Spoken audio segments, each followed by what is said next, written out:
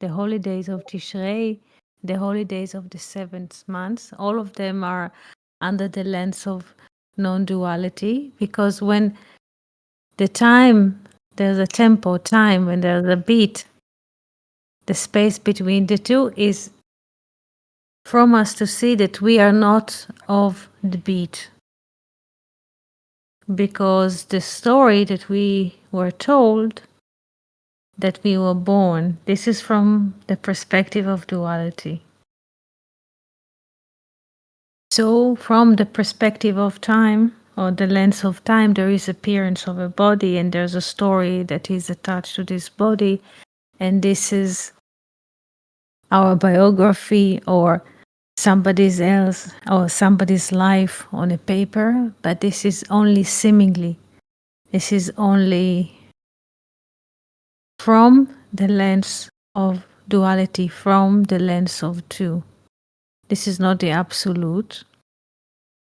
Therefore, we should not have any attachment to the name that we were told that we are carrying or attached to us, to the happenings, to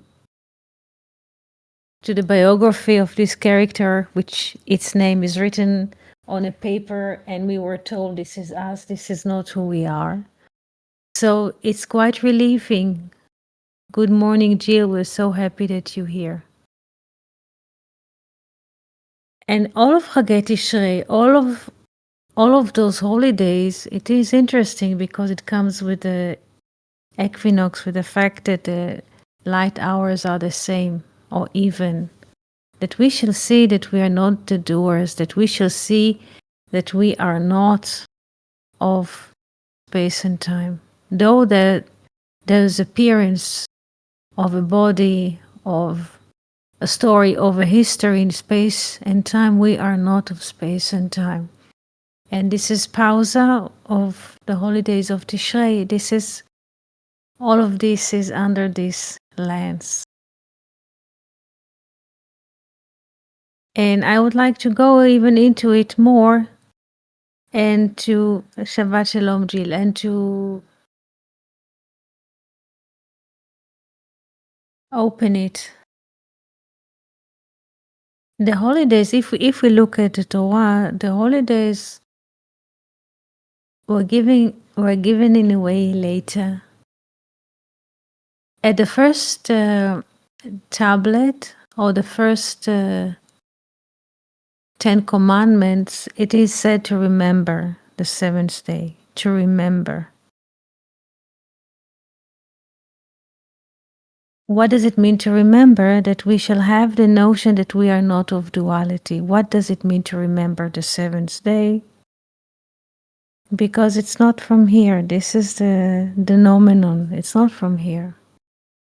But since there was no remembrance, and people were dancing on the mountain waiting for Moses to come, celebrating the golden calf, there were second tablets were given.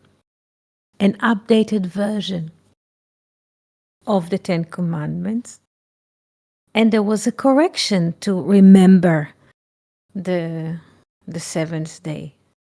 The correction was to keep the 7th day. So we have, in a way, two files or two versions of the 10 commandments.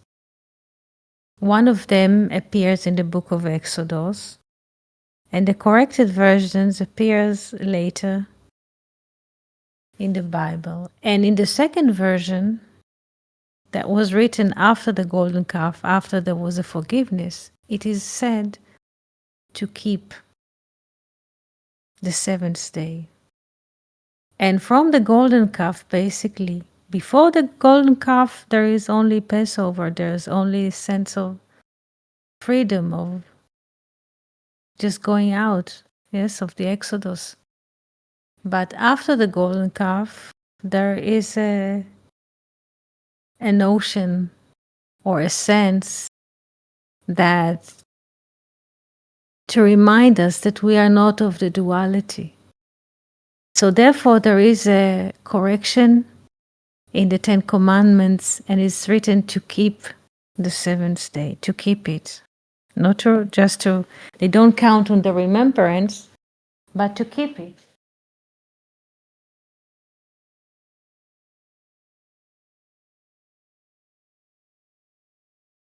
Seventh month, which is parallel to the seventh day. The seventh month is Tishrei. So there's a need also to keep, not just to remember. Though Rosh Hashanah is written in the Bible as Zichron Teruah, the days of remembering the horn or the trumpet, but also to keep it, but by non-doing. That we shall have the notion, that we shall have even a little lens to the fact that we are not the doers, that we are not the story, that we are not the biography. Because the way the holidays are being put one after the other, they don't enable us to run straight to run straight into the week. There's holiday, Rosh Hashanah 2 days, and then you come for 1 day and there's another Shabbat, a weekend, and then there's like few days and there's another day of atonement, and you cannot run straight. And this is the beauty of it. People go all over the world to retreat, resorts, or all kinds of workshops. But this is the greatest retreats of all. It's very long. It's like 3 weeks, 22 days almost, yes, 3 weeks. And you can see, if you want to see through this lens, you can see that what is happening is not who we are. It's just appearance on empty space. Also the Day of Atonement. This is why, in a way, it stands outside of the countings of the week. There's like 52 weeks, and there's this singularity, the Day of Atonement. It's not the day of the sun, it's not the day of the moon, it's not even from duality, it's the day of the nomenon. And in this day, people, if they want to see it, if they're willing to see, they can see that we are not of time. There is appearance in time, but we are not of time, and there is, in a way, it is impossible for us to sin. Therefore, forgiveness is already been given, because there's no sinner and there are no sins. So there is no need to walk with a sense of we are the doers and we did mistakes, because we are incapable of doing any mistakes. So there is no need to hang out with a sense of gravity, remorse about the past, and fear or anxiety from the future. Those two poles are creating a lot of gravity, pain, suffering. So there isn't, because we are none of those two. And the holidays of Tishrei are enabling us this pause.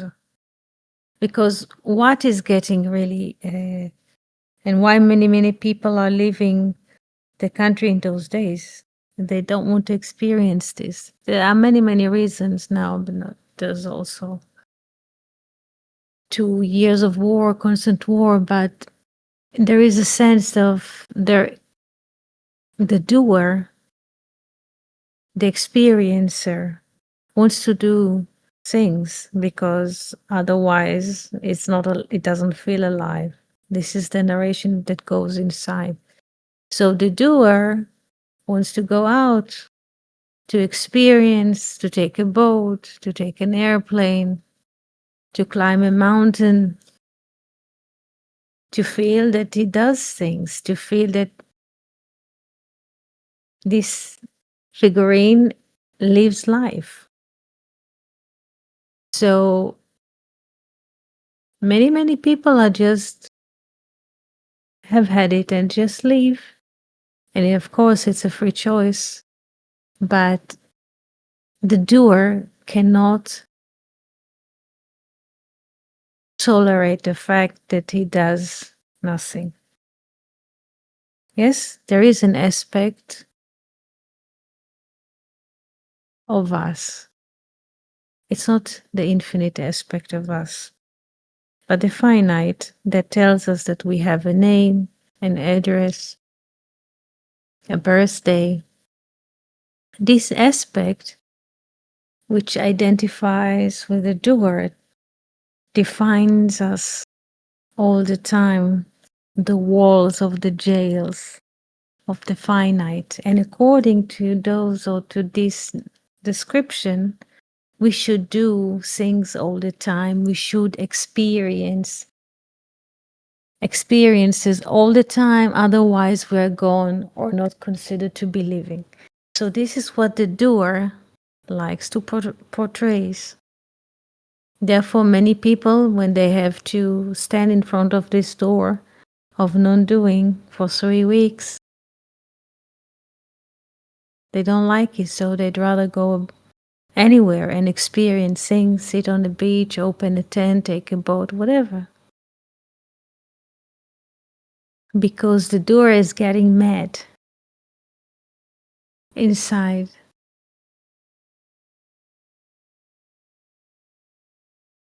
Because the doer in us have a sense of separated entity. Of course I want to do. Of course I want to go. I want to climb the mountain. Of course I want to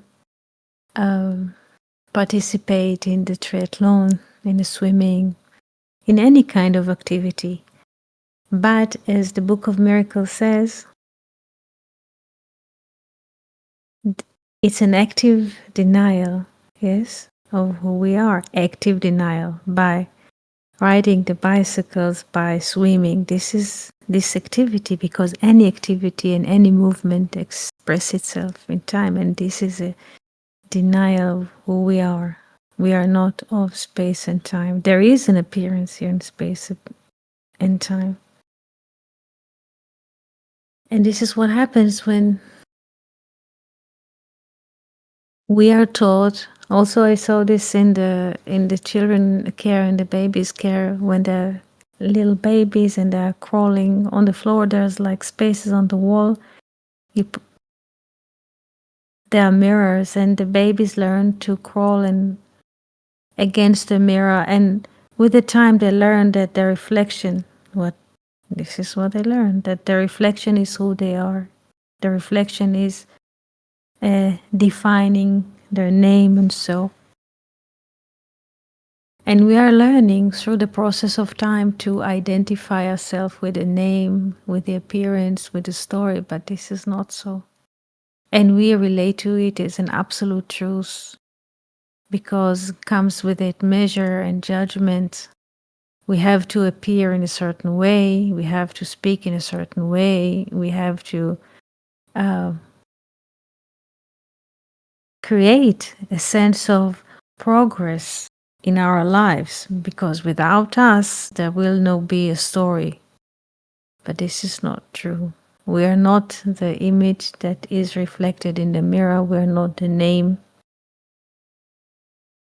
which is written in this passport or in this registration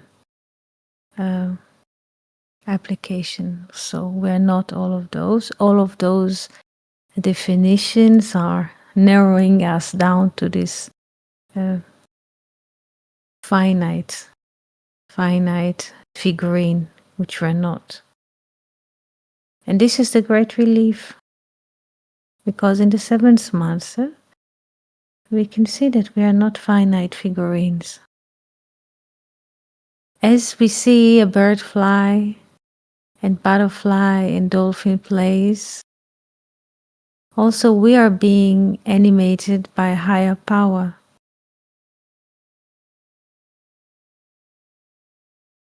To appear, and once there is an appearance here, we don't cease to exist. Yes, the consciousness does not cease to exist because the body stops to be animated. A certain finite body stops to be animated, and we call it death, but consciousness never ceases to exist.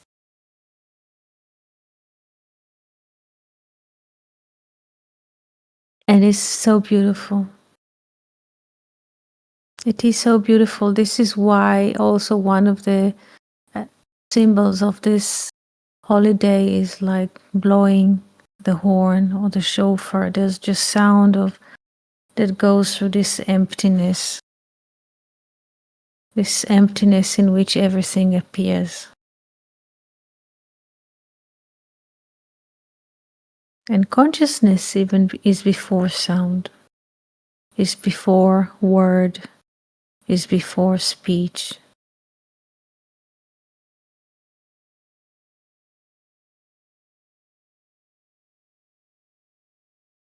And that's the beauty of it. And in Yom Kippur, the Day of Atonement, if people wants to see it, if there's a beautiful pausa of one day that we can see that we are not the doers, we are not the experiencers, and so on. And this is a great relief.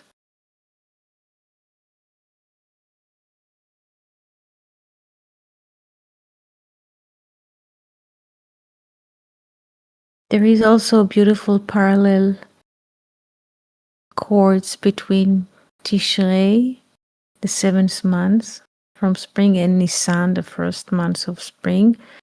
Almost the same days in the months are identical.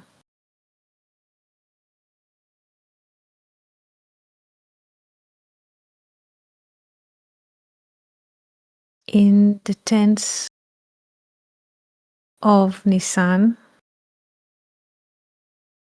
in the time of Egypt, in the time of enslavement, people, the Hebrew, were asked to take a lamb into their homes and to wait with the lamb 4 days until the 14th of Nisan, and then to slay it and mark with its blood the doors of their houses in Egypt. If we don't look at this description as plastic, what does it mean? And why do I move now to speak about the months of Nisan, this spring or so, and about freedom and liberty? What does it mean to slay? Yes, say, yes, yes, yes. Yes, it is to slay duality. Yes, this is what it means. And the fact that we are, yes, to stop development. This is what it is. Yes, yes. To seize the development, to seize the multiplicity. And then we can see that we are not of time. This is the act. This is the act. That we are not of time. Though that there is appearance in time, we are not of time. We are timeless.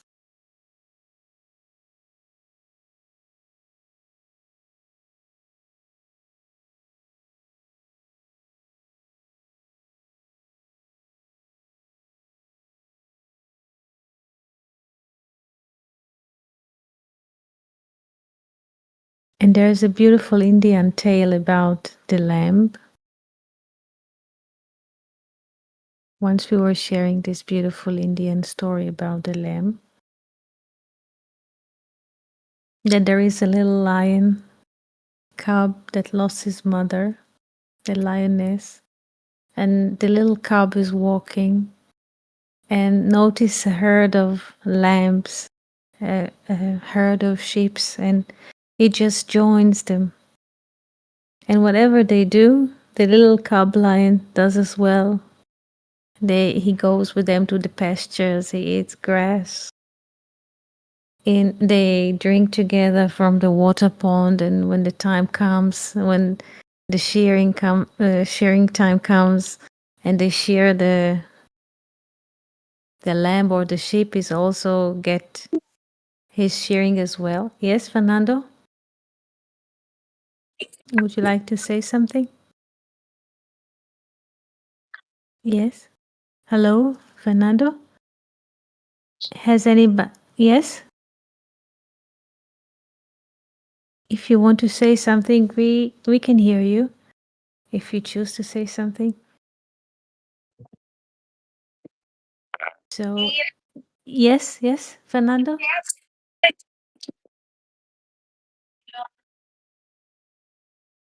So this lion cub is participating in the life of the sheep, in the life of the lambs, and he lives as a part of the herd. One day comes a lion, a big lion, and he look at this cub, and he takes this cub.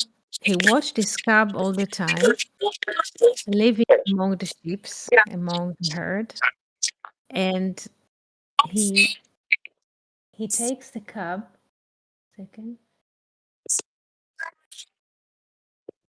he takes the cub and hold him in his neck, and take the lion cub in and put the cub in front of the brook.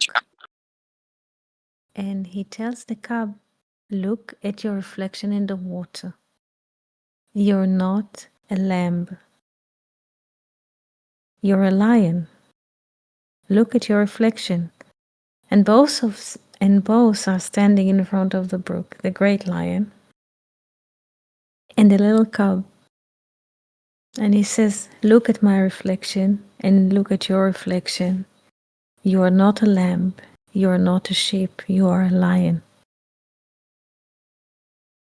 And this Indian tale is very beautiful because it is telling us that we are not the sheep. We are not helpless as we think we are. Because sheep also needs a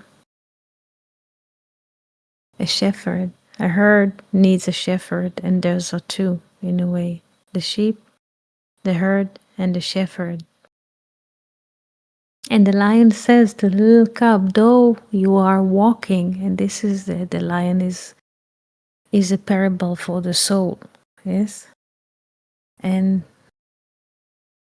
the great lion tells the little lion, the cub, though you are walking among sheep, among the lambs, among the herd, among the many, you're not of it. You're a lion. In a way, you're infinite, you're not finite. This is about the Indian tale. And it is interesting because at Passover, this is what happens. There's a slaying, not slaying physically, but the recognition that we are not of the finite. We are not of duality. And this is the relief, and this is the freedom. This realization that we are not of the many, we're not of the multiplicity. God bless you. And this is the relief. So the same process happens in spring, in the months of Nisan. This is according to tradition, this is when Exodus happened in the months of Nisan. And also The month of Tishrei is a reflection of it. So there is a beautiful discussion in the Talmud in which part of the year there's a celebration of the beginning. So from which part we start to count. Some says from Nisan, some says from Tishrei, but it's basically the same. We can start to count from wherever we like, but we are not of time. Once there is a start of counting or telling or speaking, there is time. Once there is a recognition, there is time.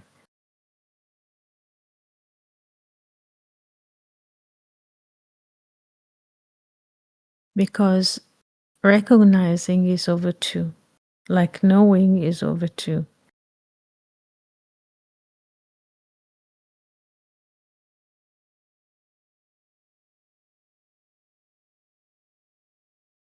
Any questions? Yanis, Jill, Fernando, Sabrina, any question that you would like to ask, please feel free.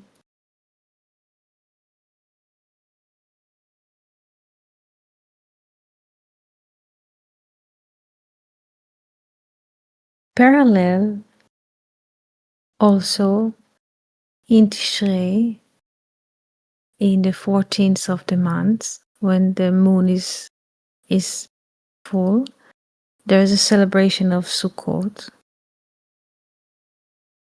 And Sukkot is a temporary building or dwelling. People are building it traditionally to remember that the appearance in this life is limited. It's like you paint a mandala, and if you see the Buddhist monks, they can intensively work on a mandala for 1 week, and then they rise up and scatter everything like it has never happened. In the same manner, the sukkah. And this is a parable about human's life. People are building the sukkah. There's like 4 walls. They put blankets or foils around it. And there is a roof which is made of branches from which you can see the star. People sitting there, putting tables, chairs, decorating, eating meals. Some are sleeping inside. But it's only temporal housing. Is a symbolic act to show us that this appearance, the appearance of bodies in time and spaces, is temporal. And after 7 days, it's just gone. Yes? So before the sukkah, there's nothing. And there's the appearance of the sukkah. It's something. And then people are disassemble the sukkah and there's nothing again. This is a parable to our life. So there is no need to take it so seriously. Yes, before the appearance of a body, there's nothing. And then there is appearance of a body. It doesn't matter if it's a body of dolphin, of a cat, of a puppy, of a human. There's appearance. And then animation goes through this body for a while, like electricity in a wire. And when time comes, it stops and then the body stays. And nothing is lost and nothing is lacking. There's only appearance and disappearance. Appearance and disappearance. Or we could say the opposite. There's like nothingness on this background of nothingness, there is appearance. Yes? And there's disappearance.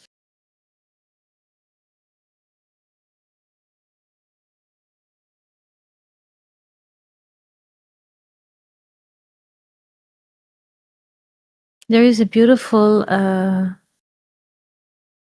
relation between sukkah, which is a temporary housing or temporal housing for 1 week, and the word in Hebrew, sukkah in Hebrew is 85, and also the word, the term for a word in Hebrew, milah, is 85.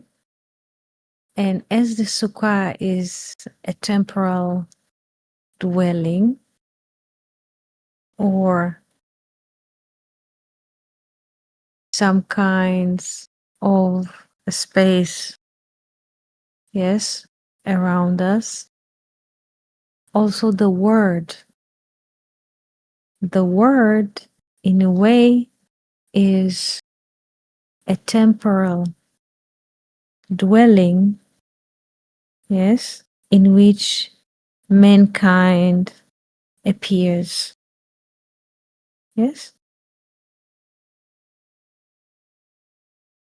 Do you see parallel between the sukkah, gazebo, let's say a hut, and a word?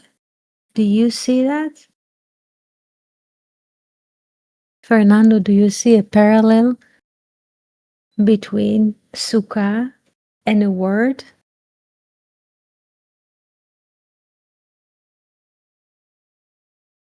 If someone does not speak, can we say that there is appearance? Or how the Bible starts? What is basically considered to be appearance from the Bible or the biblical perspective? The speech. The speech is appearance. Yes, yes, yes. So there's nothingness, and there's appearance of words, and there's silence again. So the appearance and the words are temporal temples in which the spirit dwells. Yes, the words are temporal temples in which the spirit dwells in.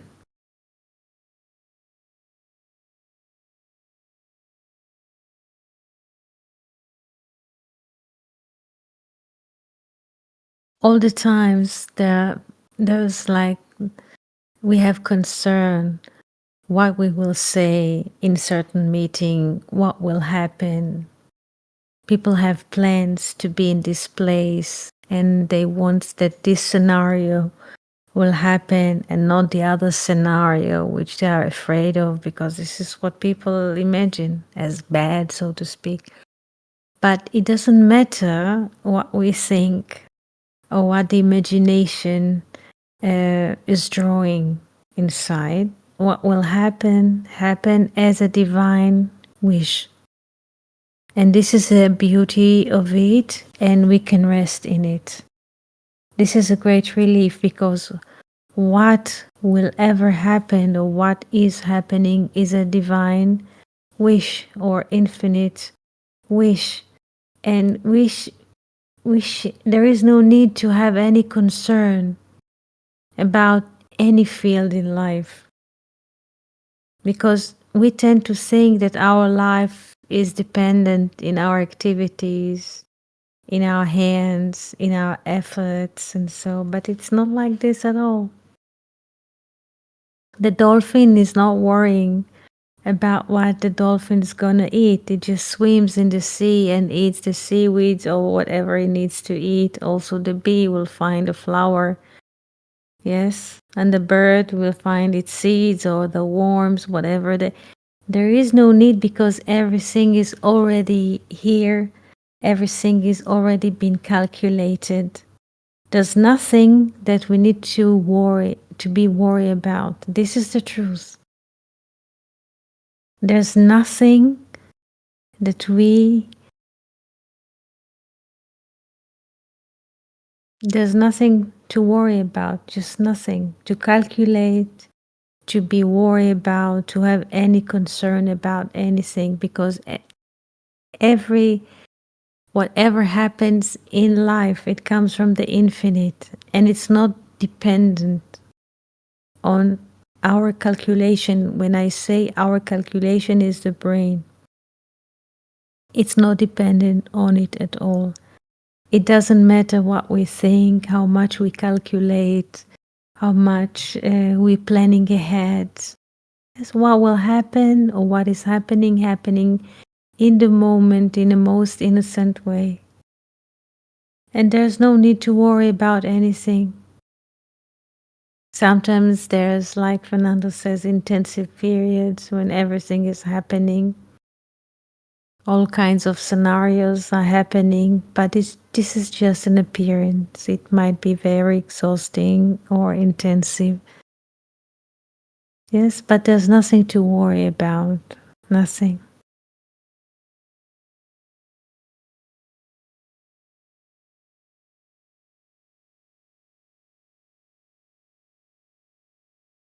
We tend to see ourselves or to identify ourselves as related to names, to addresses, to appearance in the mirror, to appearance in a picture in, let's say, driving license, say, yes.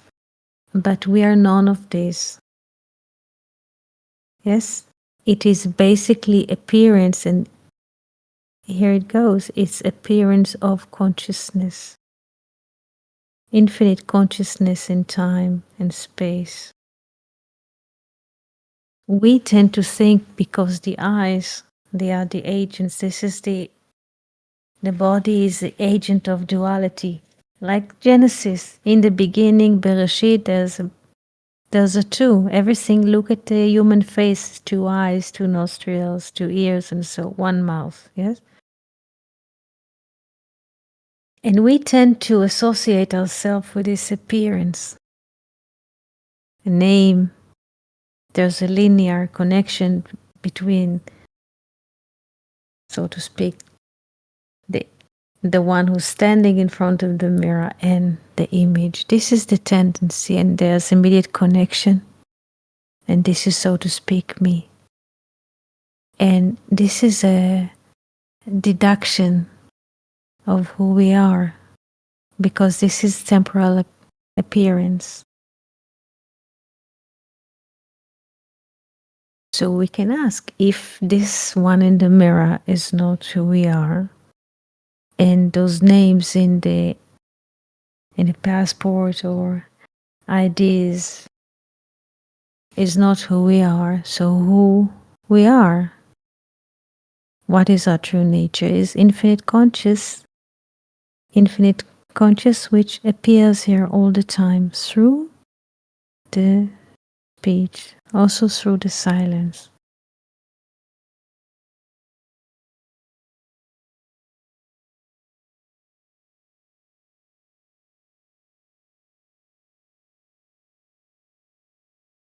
So there is no need to worry about ceasing to existing, because this is never gonna happen. Yes? There is at some point disappearance, but consciousness never, or awareness never cease to exist. Never. It's infinite.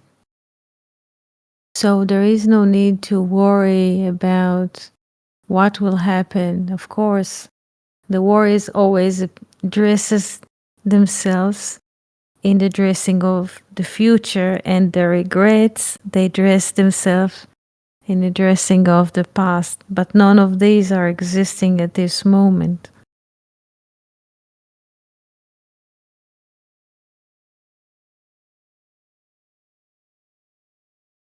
There is no need to worry about anything, because the infinite is not of a narrow perspective.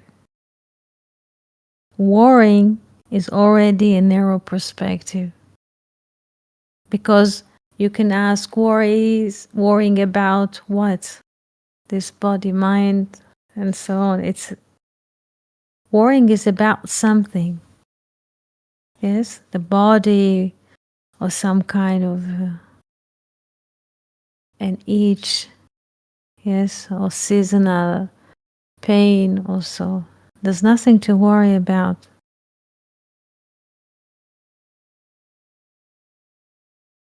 And this is a great relief. Great relief.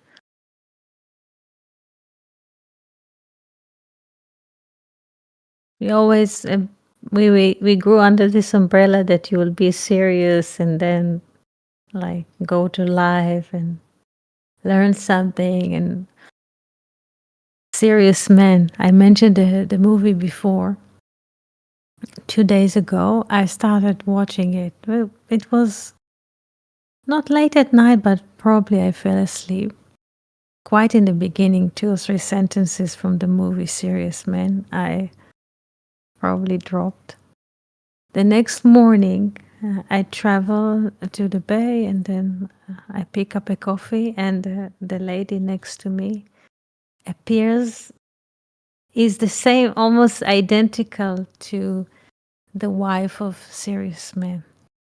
It just, it, you cannot invent this. You see a movie, you fell asleep, you're falling asleep after 3 sentences of the movie. You wake up in the morning, the daily activity, and in a way, the movie continues. You pick up a coffee, and the character from the movie is like picking a coffee next to you with a selfie. It's just, you cannot invent such a thing.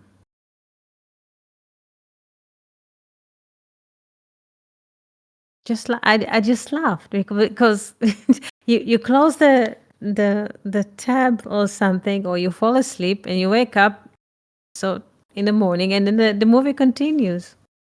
But off screen, you can ask, the screen is only the computer screen, or all of us living in a great screen, and life is happening.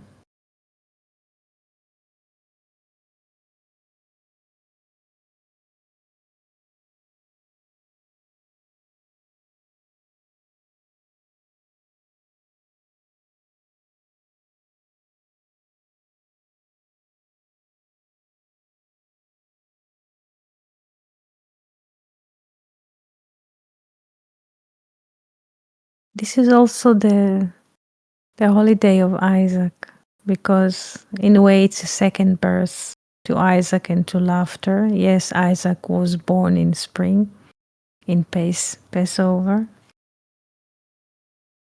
but in the day of Rosh Hashanah, his father went to sacrifice him as a lamb, as an offering,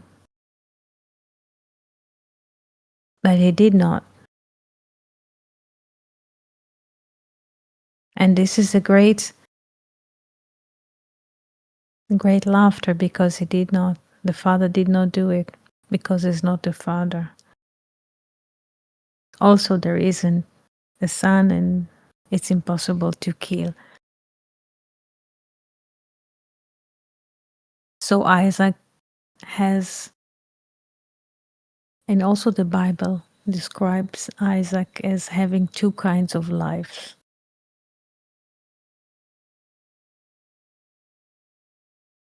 From his birth until the binding, and from the binding and on.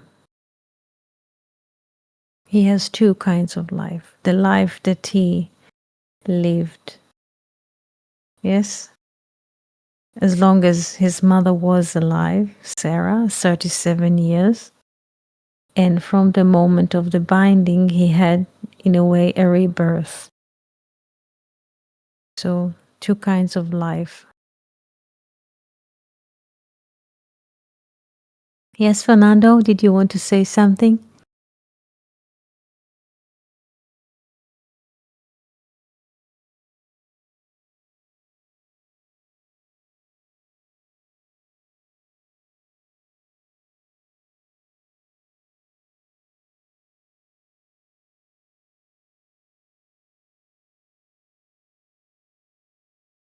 Yes, Fernando, I was thinking there is no father.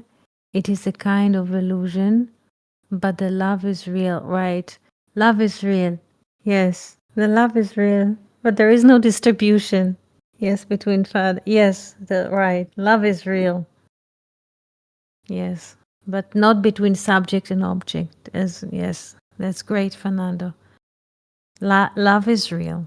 Yes, love is real. Always, just love. Yes, that's correct.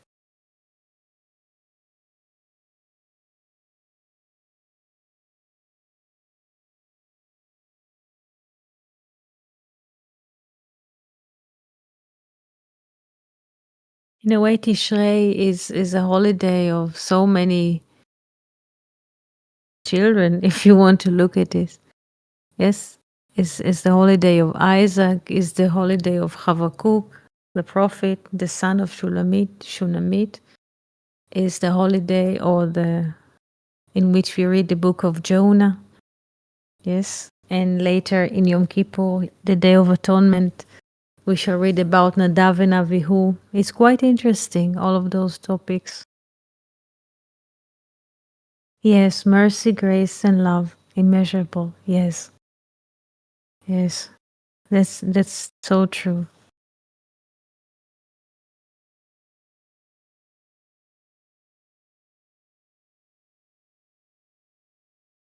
It is so beautiful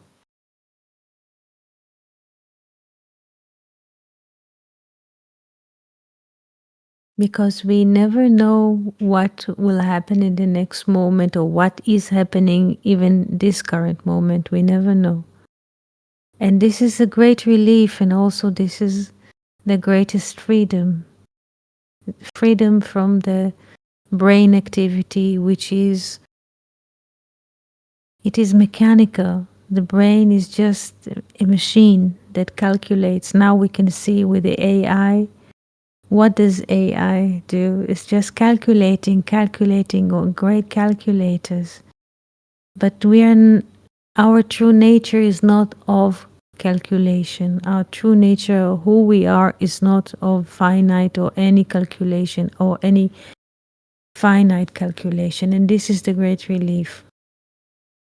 We don't have to worry about the season changing, about the rain. Everything is already the stars, the constellations, the planets, the water, the ice, the dew, the dolphin, sunrise, sunset. None of these is under our sovereignty decision. So why not to lay back or take a step back, and this is what it is, and it's so beautiful.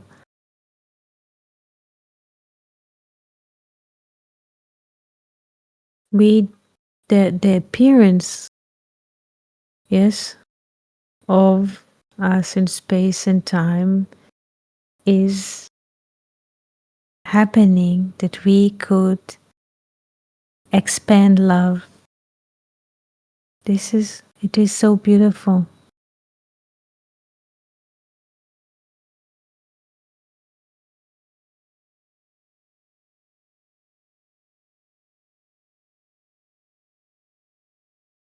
Today there's like next to the yard there is a little kitten.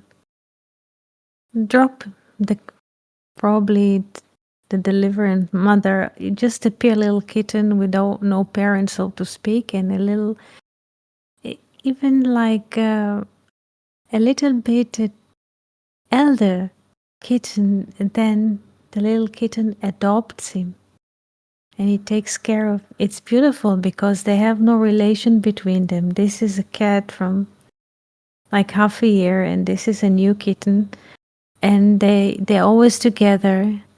And Petra, which is a senior cat, like 6 months, is taking care of this little kitten. They always drink together and eat together, and they cuddle together. And they did not go to any office to register adoption. Yes, they just live together as teenager cat and a baby cat together, and they're always so playful. This is life. They did not go to register the friendship or their adoption in any office. And they're so cute.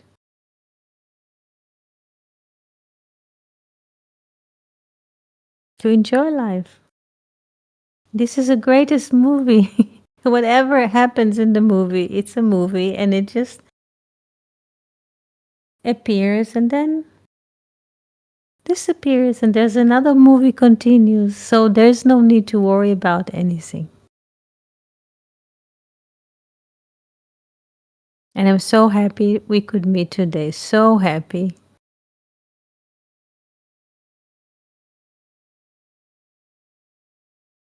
And with this beautiful message, I would like to thank each and every one of you for participating in this beautiful Shabbat session. Wish you Shabbat Shalom, Happy New Year, and see you here on Monday at the same time. Have a very good week, beautiful season, and infinite love from all of us. Toda, להתראות, and Shalom.